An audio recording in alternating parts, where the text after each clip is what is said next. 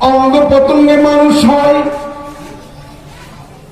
অঙ্গ প্রত্যঙ্গে মানুষ হয়, হাত পাও দ্বারা মানুষ হয়, দিলটা ভালো না, দিলটা ঠিক নাই, দিলের চিন্তা অন্যরকম। কোরআন নিয়ে উল্টা ভাবে, শরীয়ত নিয়ে উল্টা ভাবে, মাদ্রাসা নিয়ে উল্টা ভাবে, আলেম ওলামা নিয়ে উল্টা ভাবে, দিন শরীয়ত নিয়ে উল্টা ভাবে। কথা বলতে গেলেই মাদ্রাসার বিরুদ্ধে বলে, কথা বলতে গেলেই দিনের বিরুদ্ধে কথা বলে, কথাটা বলতে গেলেই মুখটা খুললেই কোরআনের বিরুদ্ধে চলে যায়, হাদিসের বিরুদ্ধে চলে যায়, আল্লাহর বিরুদ্ধে চলে যায়, নবীর তরিকার বিরুদ্ধে চলে যায়। এর দ্বারা বুঝা নাও, হাত দ্বারা মানুষ হতে পারে, ব্রেন দ্বারা মানুষ হইতে পারে, অঙ্গ প্রত্যঙ্গে মানুষ হইতে পারে, বড় পদের মালিক হইতে পারে, বড় ডিগ্রির মালিক হইতে পারে। আল্লাহ তাআলা বলেন, দেখতে মানুষ ও বাস্তবে মানুষ না, এটা আস্থা জানোয়ার। আর রহমান আল্লামাল কুরআন খলাকাল ইনসান।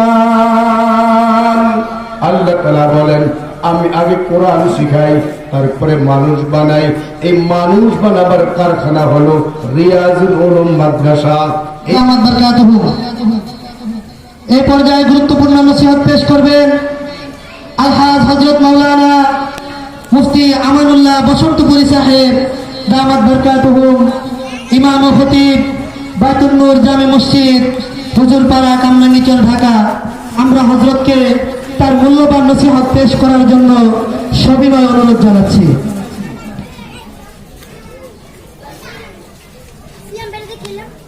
আসসালামু আলাইকুম ওয়া রাহমাতুল্লাহি ওয়া বারাকাতুহু।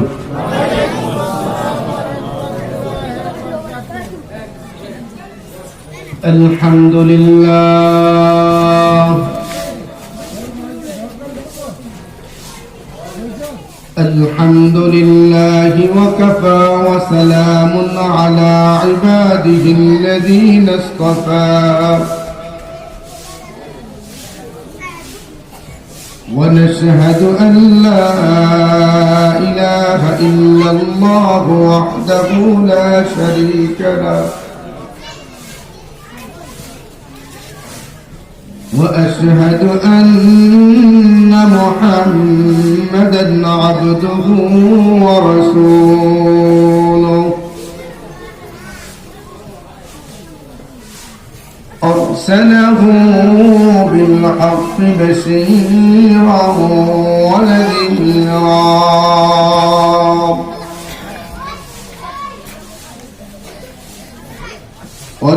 وداعيا إلى الله بإذنه وسراجا منيرا.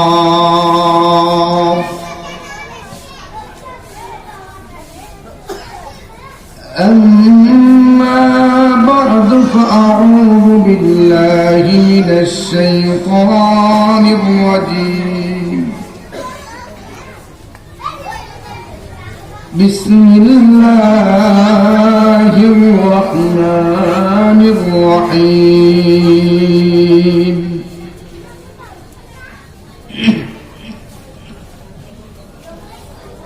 هو الذي أرسل رسوله بالهدى ودين الحق ليظهره على الدين كله وكفى بالله شهيدا.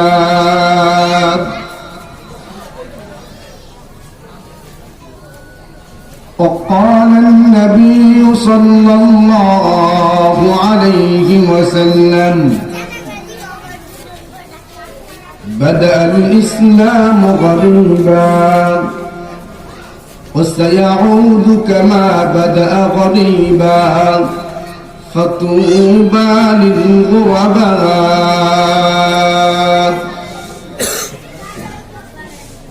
أو كما قال عليه الصلاة والسلام.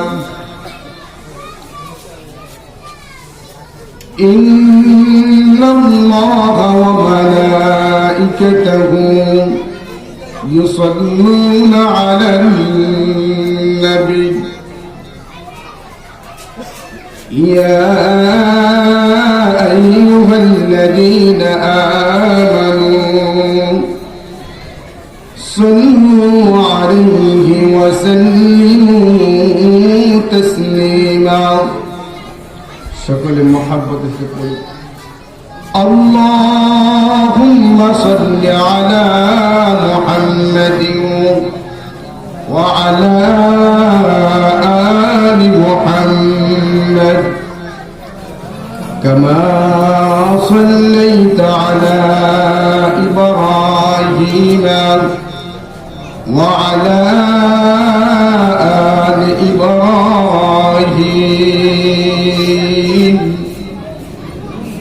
إنك حميد مجيد اللهم بارك على محمد وعلى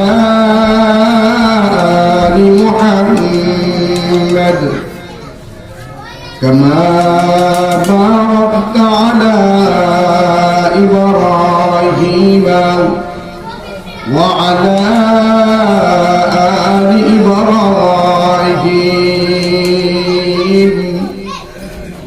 إنك حميد مجيد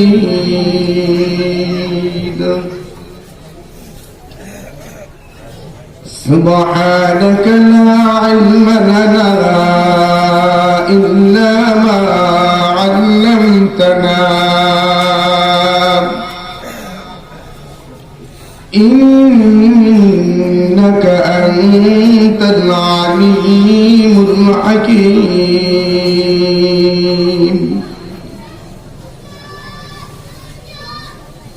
بسم حافظ بطوبویم کے گلتازان میمانات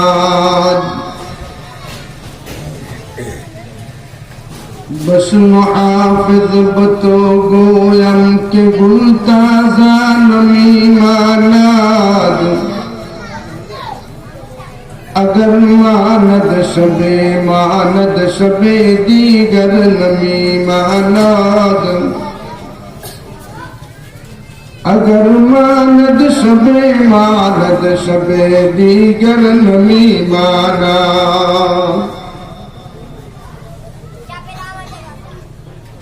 گلد گلشن جدا گشتا ترو تازہ نمیماناد گلد گلشن جدا گشتا ترو تازہ نمیماناد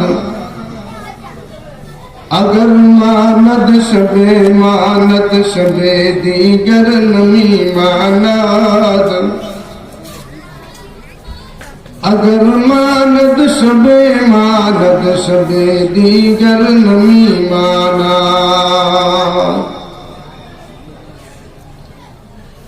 محترم حاضرین রিয়াজুল উলুম মাদ্রাসার উদ্যোগে আজকের এই আজিমুস শান ওয়াজ দোয়ার মাহফিলের সম্মানিত সভাপতি উপস্থিত মুআজ্জাজ মুকাররম উলামা ইকরাম আল্লাহ আমাকে আপনাকে মাগরিবের নামাজের পর থেকে উলামা ইকরামের সুহবতে দ্বীনের কিছু কথাবার্তা বলার ও শোনার তৌফিক দান করলেন। এজন্য রব্বে কারীমের দরবারে কালিমাতুশ শুকর আদায় করি আলহামদুলিল্লাহ।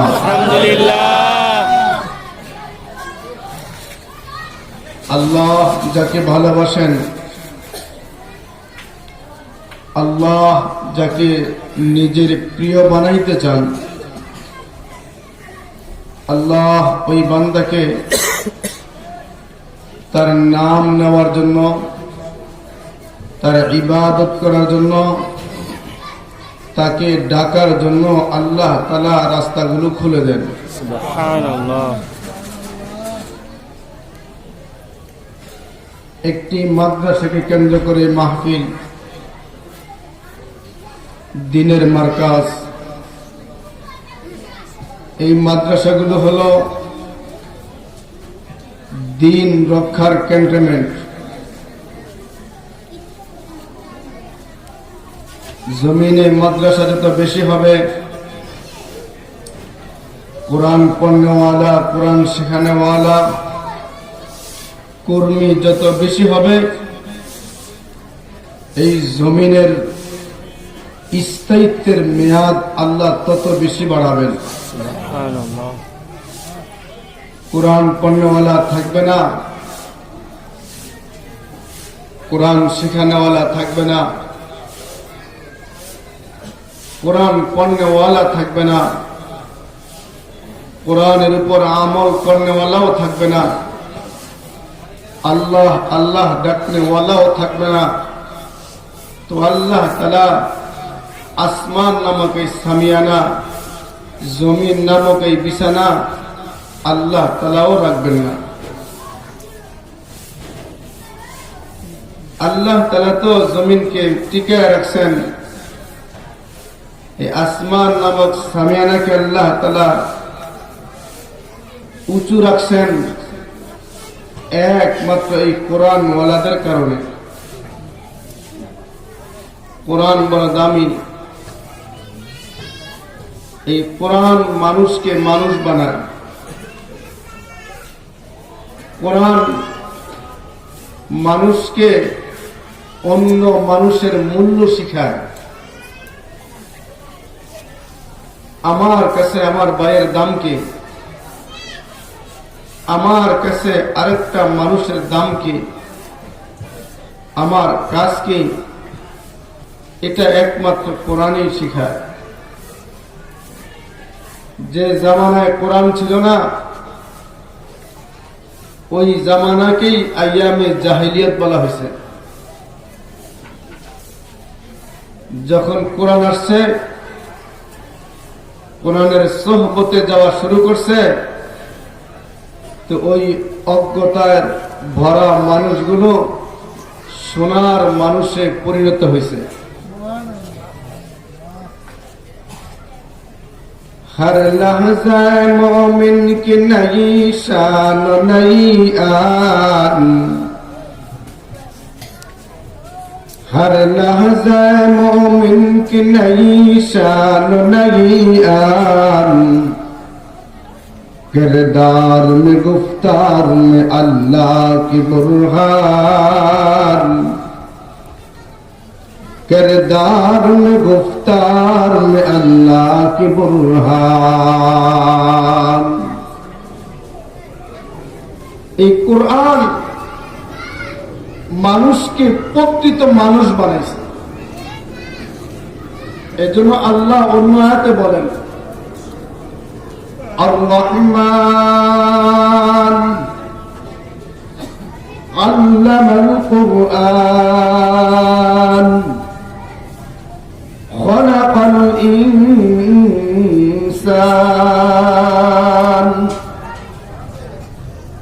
আল্লাহ তাআলা কত চমৎকার করে বলতেছেন। আল্লাহ তাআলা বলেন, আর রহমান আল্লামাল কুরআন। রহমান যিনি, কোরআন শিখাইলেন তিনি। খুব খেয়াল করবেন, আল্লাহ আগে কোরআন শিখাইছেন, অথচ আমরা দেখতে পাই মানুষ আগে হয়।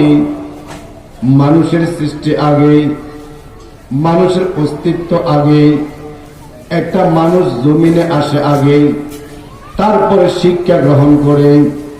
কিন্তু আল্লাহ তাআলা বলেন, আর রহমান আল্লামাল কুরআন, আমি আগে কোরআন শিখাই, তারপরে খলাকাল ইনসান,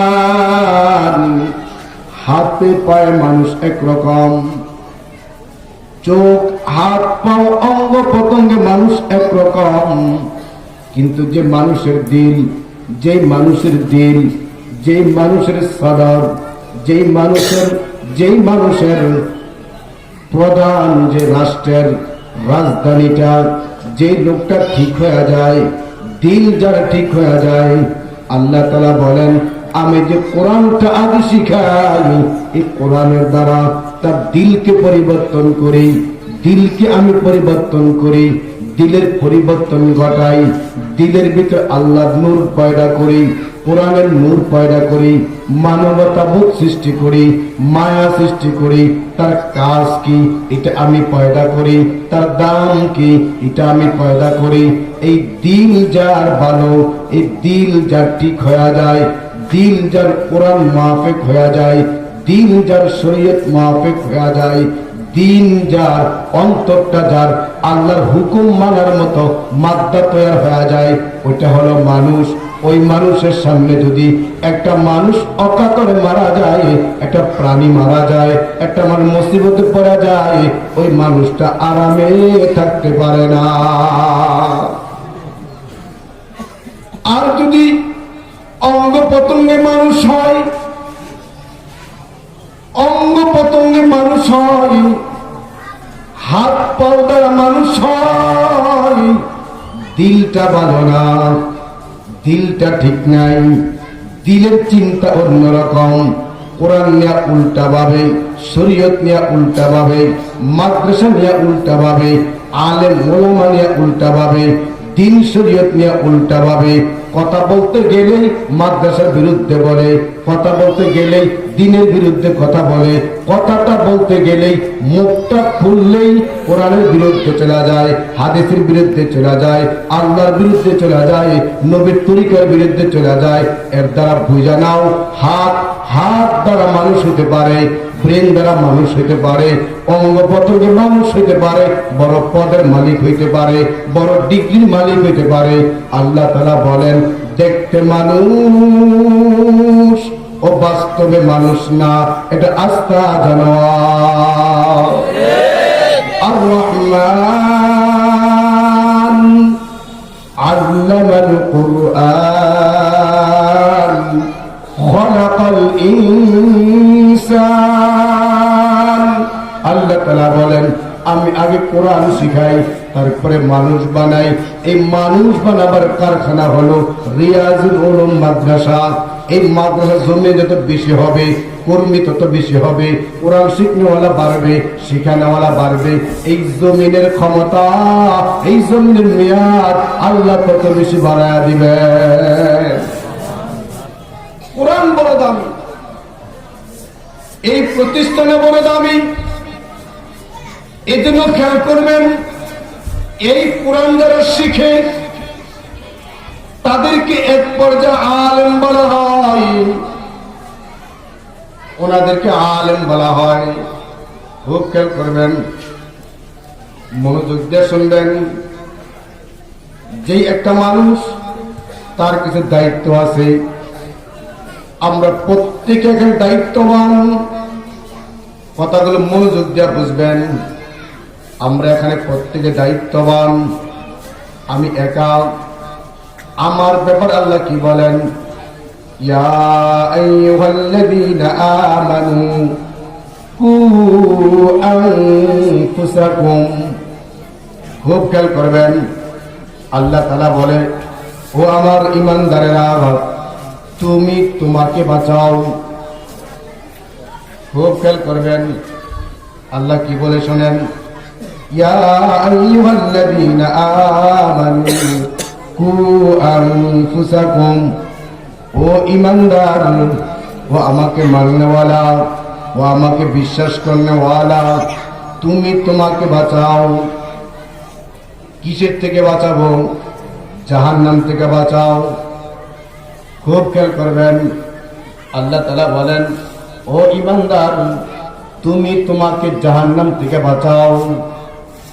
যদি আপনি বিবাহিত হন তো আল্লাহ তাআলা বলেন তুমি নিজেকেও জাহান্নাম থেকে বাঁচাইবা, বিবাহিত হলে তোমার স্ত্রীকেও জাহান্নাম থেকে বাঁচাও। ওয়া আহলিকুম নারা, ওয়া আহলিকুম নারা। খুব খেয়াল করবেন, আল্লাহ তাআলা বলেন আপনি শুধু একা, আপনার অধীনস্থ কেউ নাই, তো আল্লাহ বলেন তোমারও ছাড় নাই, তুমি তোমাকে জাহান্নাম থেকে বাঁচাও। বিবাহিত তোমার স্ত্রীকে জাহান্নাম থেকে বাঁচাও, তোমার ছেলে সন্তান আছে তাদেরকে জাহান্নাম থেকে বাঁচাও, তোমার অধীনে মা আছে মাকে জাহান্নাম থেকে বাঁচাও, বোন আছে বোনকে জাহান্নাম থেকে বাঁচাও। অর্থাৎ তোমার অধীনে যারা চলে, তোমার অধীনে যারা থাকে, তুমি আগে নিজেকে বাঁচাও, তোমার অধীনে যারা আছে তাদেরকে বাঁচাও। আপনাকে আমার এই কথা বুঝছেন? বুঝছেন না আপনারা? জি। জোরে বলেন। জি। প্রথমে আল্লাহ কাকে বাঁচাইতে বলছেন? নিজেকে। জোরে বলেন। নিজেকে। আরো জোরে বলেন। নিজেকে। নিজে মানে আমি, নিজে মানে কি? আমি। আমি জাহান্নাম থেকে বাঁচতে হবে, খুব বুঝতে হবে কথা। আমি জাহান্নাম থেকে বাঁচতে হবে। 2 নাম্বার, ওয়া আহলিকুম নারা। আমার স্ত্রী, আমার ছেলে সন্তান, মোট কথা আমার অধীনস্থ যারা তাদেরকে বাঁচাও। তো প্রথমে নিজে, প্রথমে 2 নম্বরে নিজের পরিবার, নিজের অধীনস্থ তাদেরকে জাহান্নাম থেকে বাঁচাও। আপনাকে আমার এই 2টা কথা বুঝছেন? প্রথমে কার কথা বলছে? নিজে। 2 নম্বরে পরিবার, 2 নম্বরে পরিবার। অর্থাৎ আমার অধীনে যারা আছে, আমার অধীনে যারা আছে, ছেলে সন্তান আছে, ভাই বোন আছে, পিতা মাতা আছে, আমি মালিক, আমার কর্মচারী আছে, আমার অধীনে যারা আছে নিজেও বাঁচতে হবে, আমার অধীনে যারা থাকে তারাও তাদেরকে বাঁচাইতে হবে। এবার খেয়াল করেন,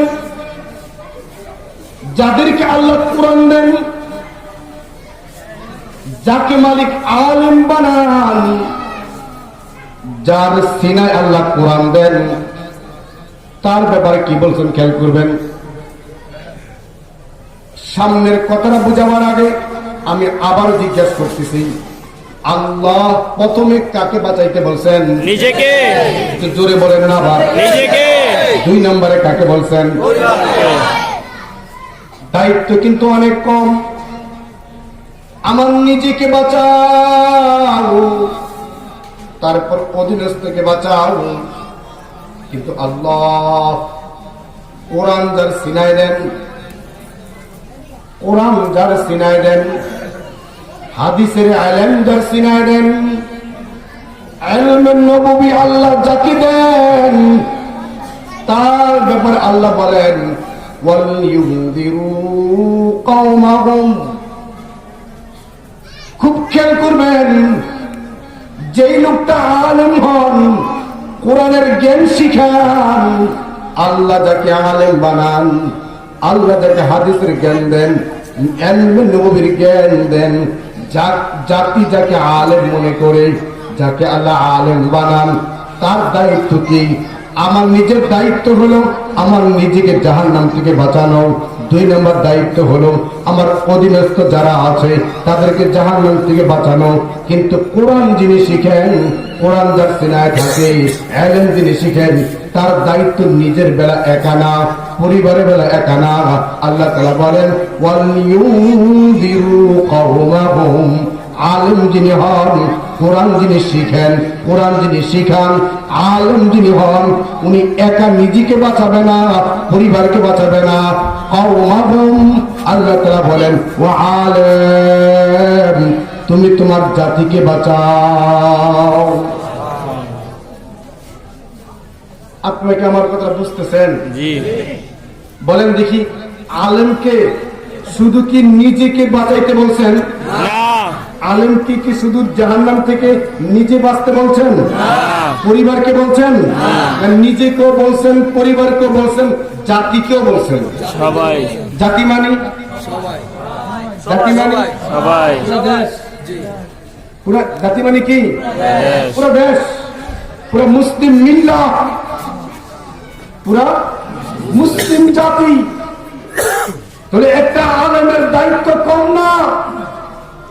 একটা আলেমের দায়িত্ব হলো আলেম নিজেও জাহান্নাম থেকে বাঁচবে, তার পরিবারকেও জাহান্নাম থেকে বাঁচাবে, এমনকি নিজেকে নিয়েও ভাববে, তার অধীনস্থ নিয়েও ভাববে, পুরা জাতিকে নিয়েও ভাববে। ঠিক। এখন আরেকটু খেয়াল করেন, নবীর কাজ কি? নবী আলাইহিস সালাতু ওয়াস সালাম নবুয়তের জিম্মাদারি আল্লাহ দুনিয়াতে পাঠাইছেন নিজেকে বাঁচানোর লাগা? উত্তর দেন না। একজন নবী যে দুনিয়াতে আসছেন, নবীরা যে দুনিয়াতে আল্লাহ নবীদেরকে যে আল্লাহ দুনিয়াতে পাঠাইছেন, শুধু কি নবীরা জাহান্নাম থেকে বাঁচার লাগা? না। জোরে বলেন। উত্তরগুলো না দিলে আমি বুঝতেছি না যে কথাটা বুঝেন কিনা আপনারা। অত্যন্ত গুরুত্বপূর্ণ বিষয়। আল্লাহ যেই যুগে যে নবীকে পাঠান, নবীকে পাঠানো কি মাকসাদ এই যে নবী নিজেকে বাঁচাবে, তার পরিবারকে বাঁচাবে, না জাতিকে বাঁচাবে? জোরে বলেন। তো একটা আলেমের কাজ কি? আলেম কি শুধু নিজেকে বাঁচাবে, তার পরিবারকে বাঁচাবে, না জাতিকে বাঁচাবে? এটা নবীর কাজ কি? নিজেকে বাঁচাবে, পরিবারকে বাঁচাবে, না জাতিকে বাঁচাবে? কাজ এক। বুঝতেছেন না মনে হয়? খুব মনোযোগ। একটা আলেম একা সে নিজে বাঁচবে না। হাদিস শরীফে এসেছে বনি ইসরাইলের আলেমের কথা। আল্লাহ তাআলা বললেন, যাও এই বস্তিকে উল্টে দাও, এই বস্তিকে উল্টে দাও। জিবরাইল আসে উল্টে দিতে। আয়েশা দেখে ঘরের কোনায় এক আবেদ, এক বুজুর্গ এই পরিমাণ ইবাদতে মগ্ন, চোখের পলক পরিমাণ সময় সে নষ্ট করে না, প্রতিটা সেকেন্ড মালিকের স্মরণে মগ্ন। তো ফেরেশতা বলে, মালিক তুমি এমন এক বস্তিকে উল্টাইতে বলছো, এমন এক বস্তিকে ধ্বংস করতে বলছো, যেই বস্তির মধ্যে এমন এক তোমার আশায় পড়া হয়েছে যে চোখের পলক পরিমাণ সময় নষ্ট করে না, ওকে সহ কি? তো আল্লাহ ওকে সহ উল্টায় দাও। কারণ ও নিজে একা বাঁচার ফিকির করে, তার মহল্লার হাজারো মানুষ শিরকে লিপ্ত হয়ে যাচ্ছে, কুফরিতে লিপ্ত হয়ে যাচ্ছে, ঈমান হারা হয়ে যাচ্ছে, কুফরি মতবাদে লিপ্ত হয়ে যাচ্ছে। ও একা আমাকে ডাকে, যাদের ঈমান বাঁচাবার ফিকির নাই, ওকে সব উল্টায় দাও, ওকে সব উল্টায় দাও। একটা আলেমের চিন্তা নিজেকে নিয়ে না।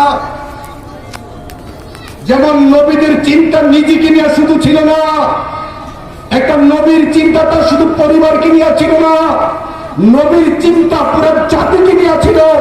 একটা উম্মত জাহান্নামে না যায়, একটা উম্মতের শিরকে লিপ্ত না হয়, বেদাতে লিপ্ত না হয়, আল্লাহকে অস্বীকার করতে না পারে, প্রত্যেকটা বান্দাদের আল্লাহকে পায়া দেয়, প্রত্যেক নবীর মেহনত এটাই ছিল।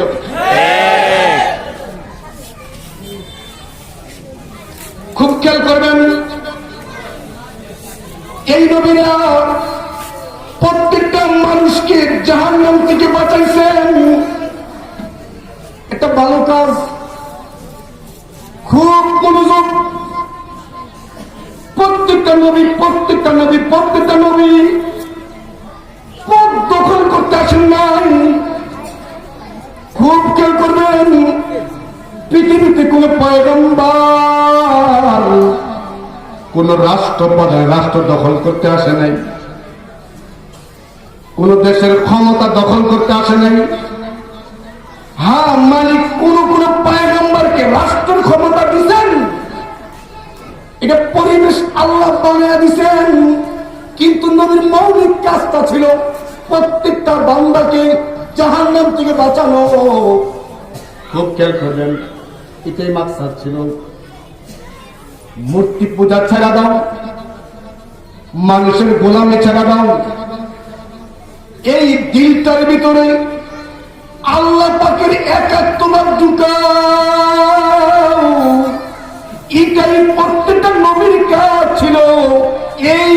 নবীর কথাগুলো যারা মানতেন তাদের উপকার হইত। খুব খেয়াল, প্রত্যেকটা পয়গাম্বার প্রত্যেকটা উম্মতকে নিজের ভালো লাগা নবী যে দাওয়াত দিতেন, এই দাওয়াত যে গ্রহণ যা করত, লাভটা কার হইত? নবী যে দাওয়াত দিতেন এর লাভ উম্মতের বেশি হইত। ঠিক। নবীর দাওয়াত আমি মানলে আমার পরকাল শান্তিময় হবে, তা আমার লাভ। নবীর কথা যদি কোনো উম্মত না মানে, কারণ এমন পয়গম্বর হাসরের মাঠে দাঁড়াবে, তার উম্মত মাত্র 4 জন। উম্মত, বয়স ছিল 1000, উম্মত হবে 10 জন, উম্মত হবে 40 জন। হযরত নূহ আলাইহিস সালাম 950 বছর দাওয়াত দিয়েছেন, উম্মত সর্বোচ্চ 60 থেকে 70 জন, আর নাই উম্মত। তাই বলে কি নবীর সওয়াব পাবেন না? পাবেন। নবীর সওয়াব কি কম হবে? না। আপনার ছেলে হারায় গেছে, উদাহরণটা বুঝবেন। ছেলে হারায় গেছে, মাইক বাড়া করছেন, সারাদিন মাইকিং করছেন, ছেলেটা পান নাই, তাই বলে কি মাইক ভাড়া দিবেন না? কি বলেন? দিব। আপনি কি মাথা লাগবে না মুখ লাগবে? অনেকে মাথা লাগতেছে। বলেন যে সারাদিন মাইকিং করলেন, ছেলেটা পাইলেন না, আপনার হৃদয়ের মায়া নিংড়ের সন্তান, কলিজার টুকরা সন্তান, পাগল পারা হয়ে খুঁজলেন, মাইকিং করলেন, মাইক ব্যবহার করলেন, সারা রাত মাইকিং করলেন, 2-3 দিন লাগা মাইকিং করলেন। এখনই মাইক কোম্পানিকে বলেন, ভাই ছেলে পাই নাই, তোমার মাইক বাড়া দেবো না, মানবো না, পিটাইব। ছেলে না পাওয়ার পরে যদি মাইক বলে তার মাইক বাড়া পান, কোন আল্লাহর পয়গম্বর আল্লাহর জমিনে আল্লাহর দাওয়াত দিতে গিয়ে যদি কোন উম্মত ওই নবীর দাওয়াতকে না মানে, আল্লাহর কাছ থেকে নবী যে উজ্জ্বল পাবেন এতে কোনো সন্দেহ নাই। ঠিক। লাভটা হলো কার? মাঝখানে লাভ কার? উম্মতের। লাভটা কার? উম্মতের। চিন্তা করেন, নবী নিজে জানের রিস্ক, প্রাণের রিস্ক, সমস্ত রিস্ক নিয়ে আমাকে আপনাকে জাহান্নাম থেকে বাঁচাইয়া জান্নাতের রাস্তা দেখাইয়া উপকার করলো আমার। কিন্তু শেষ পরিণাম কি হইল? যাদেরকে উপকার করতে গেছে, যাদেরকে দাওয়াত দিতে গেছে, যাদেরকে অবৈধ কাজে বাধা দিছে, তাদের উপকারার্থে তারাই নবীর চরম দুশ্মন হয়ে দাঁড়াইছে। আপনি কি আমার কথা বুঝছেন? আবু জাহালকে নবী দাওয়াত দিছে, লাভটা কার হয়েছিল? যে আবু জাহাল দাওয়াতটা মানত, আবু জাহালকে নবী দাওয়াত দিলেন, এটা কার লাভে দাওয়াত দিলেন? কিন্তু লাভটা তো আবু জাহেলের হইতো, তার জন্যই তো দাওয়াত নিয়ে গেছিল। দুশ্মন হলো কেন? উতবা, সাইবা তারা নবীর কথা মানলে চিরস্থায়ী জান্নাত পাইতো। লাভটা তাদের, উপকার করতে গেল তাদের ঈমান বাঁচত, তাদের আমল ঠিক থাকতো, দুনিয়ার ক্ষমতা থাকতো, আখিরাতে ক্ষমতা পাইতো, দুনিয়া ইজ্জত পাইতো, আখিরাতে ইজ্জত পাইতো। তাদের উপকারার্থে পয়গম্বর রাত দিন 24 ঘন্টা দাওয়াতের কাজ দিয়া, কখনো বাজারে, কখনো রাস্তায়, কখনো মাঠে, কখনো ঘাটে, তাদের কল্যাণের জন্য দাওয়াত দিয়ে যাইতেন। উল্টা তারাই নবীর প্রাণের দুশ্মন। খুব খেয়াল করে শুনেন, নবীরা যে কাজ নিয়ে গেছিলেন, নবীরা তাদের ক্ষমতা দখল করতে যায় নাই। এই জন্য মক্কার কাফেররা ভাবছিল নবী মুহাম্মদ এমন করে কেন? চলো একজন লোককে নবীর দরবারে পাঠাইছে, যা বলে পয়গম্বর আমি আপনার সাথে পার্সোনাল মোলাকাত করতে আসছি, পার্সোনাল কথা বলতে আসছি। আপনার মনের ভিতরে কি বলেন? আপনি কি মক্কার ক্ষমতা চান? আপনি কি মক্কার ক্ষমতাটা চান?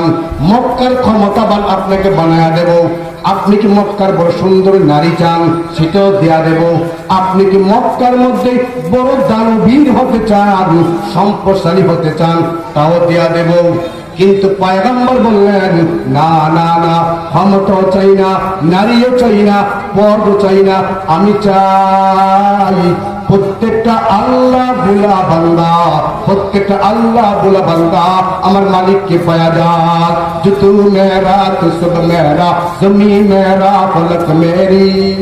जो तू मेरा तो सब मेरा, जमीन मेरा फलक मेरी। अगर तू एक नहीं मेरा, तू कुछ ही नहीं मेरी। अल्लाह अकबर बोलें। এই নবীটা আপনি গেছিলেন, কিন্তু ওরা চরম দুশ্মন হয়ে দাঁড়ায়। কেন দুশ্মন? নবী তারা মদ খাইতো, মদের বিরুদ্ধে কথা বলতেন। ওরা ঘুষ খাইতো, ঘুষের বিরুদ্ধে কথা বলতেন। ওরা জিনা করত, জিনার বিরুদ্ধে কথা বলতো। ওরা অন্যের হক নষ্ট করত, নবী তাদেরকে বাধা দিতেন। তারা চুরি করত, নবী বাধা দিতেন। তারা চিন্তাই করত, নবী বাধা দিতেন। ওরা কোরআনের বিরুদ্ধে কথা বলতো, নবী বাধা দিতেন। নবীর আখলাক নিয়ে কথা বলতো, নবীর চরিত্রে আঘাত করত, নবী তাদের বিরুদ্ধে কথা বলতেন। ঠিক না বেটি? এই জন্য তো দুশ্মন। বুঝেন নাই কথা? এই জন্য তো দুশ্মন। নবীরা একা নিজেকে বাঁচায় নাই, নবী একা নিজেকে বাঁচায় নাই, নবী পুরা জাতিকে নিয়ে ভাবছেন। এই নবীর ওয়ারিস উলামায়ে কেরাম তারাও নিজেকে নিয়েও ভাবেন, পরিবারকে নিয়েও ভাবেন, জাতিকে নিয়েও ভাবেন, জাতিকে নিয়েও ভাবেন। এই জাতের উলামায়ে কেরাম কারো ক্ষমতা চায় না, কারো পদ চায় না, কারো দল চায় না, কাউকে ক্ষমতা বসাইতে চায় না, কাউকে নামাইতে চায় না। তারা তারা তারা জাতির কল্যাণার্থে, আমার আপনার ইমান বাঁচাবার লক্ষ্যে, আমার আপনার উপকারার্থে, আমার আপনার কল্যাণার্থে জান বাজি রেখা ইমানকে বাঁচাবার লক্ষ্যে, ইমানকে বাঁচাবার লক্ষ্যে, জাহান্নাম থেকে বাঁচার লক্ষ্যে, জান্নাতে যাওয়ার লক্ষ্যে উলামায়ে কেরাম কথা বলেন। ঠিক। দুশ্মন হবে কেন? দুশ্মন হবে কেন? নবীর দুশ্মন যেমন যেমনি হয়েছে, নবী যে কথা বলতেন, নবী যে দাওয়াত দিতেন, পদের লাগে না। নবী তারা যে সেগুলো অপকর্ম করত, ওই অপকর্মের জন্য নবী বাধা হয়ে দাঁড়াইতেন। এদের নবী তাদের দুশ্মন। ঠিক। ঠিক তেমনি ভাবে এই জমিনে কিছু বান্দা, কিছু কুলাঙ্গার, কিছু মানুষ আছে আল্লাহর ইবাদত ছাড়া বান্দার গোলামি করে, আল্লাহর হুকুমত বাদ দিয়া বান্দার হুকুমত কায়েম করতে চায়। নবীর বিরুদ্ধে কথা বলে, কুরআন নিয়ে কথা বলে, হাদিস নিয়ে কথা বলে, দ্বীন শরীয়ত নিয়ে কথা বলে, মাদ্রাসা মসজিদ নিয়ে কথা বলে, ঈমান নষ্ট হয়ে যায়। তারপরও জানবাদী রেখা উলামায়ে কেরাম কথা বলেন। নবীরা যেমন বলছে, নবীরা যেমন বলছে এদেশে উলামায়ে কেরাম তেমন বলে।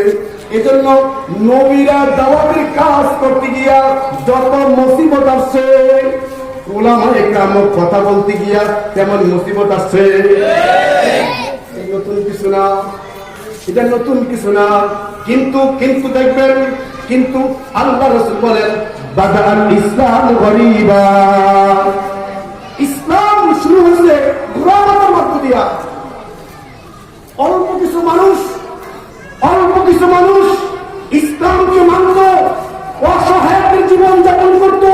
পুরো আরবের দিকে গোনা কয়েকজন মুসলমান ইসলাম গ্রহণ করা, নির্যাতন, জুলুম সব উপেক্ষা করা এই জমিনে আল্লাহর হুকুমত কায়েমের জন্য জান মেহনত করত। ইসলামের সুলভে রাসূল বলেন এমন এক জামান আসবে সায়াউদু কামা বাদা। আল্লাহ রাসূল বলেন এই জমিনে আবার এমন এক সময় আসবে আগেকার জামানার মতো আল্লাহ বলনেওয়ালা কম, কোরআনের পক্ষে কথা বলনেওয়ালা কম হবে, হাদিসের পক্ষে কথা বলনেওয়ালা কম হবে, আলেমের পক্ষে লোক কম হবে, মাদ্রাসার পক্ষে লোক কম হবে। এটা ভয় পাওয়ার কিছু নাই, এটা ভয় পাওয়ার কিছু নাই।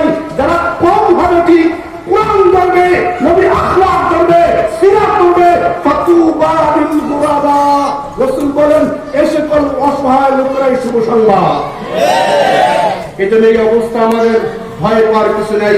এই ইসলাম এভাবে থাকবে, জুলুমের শিকার হবে, এরপরে যে অটল থাকবে আল্লাহ তাকেই কল্যাণ দান করবেন।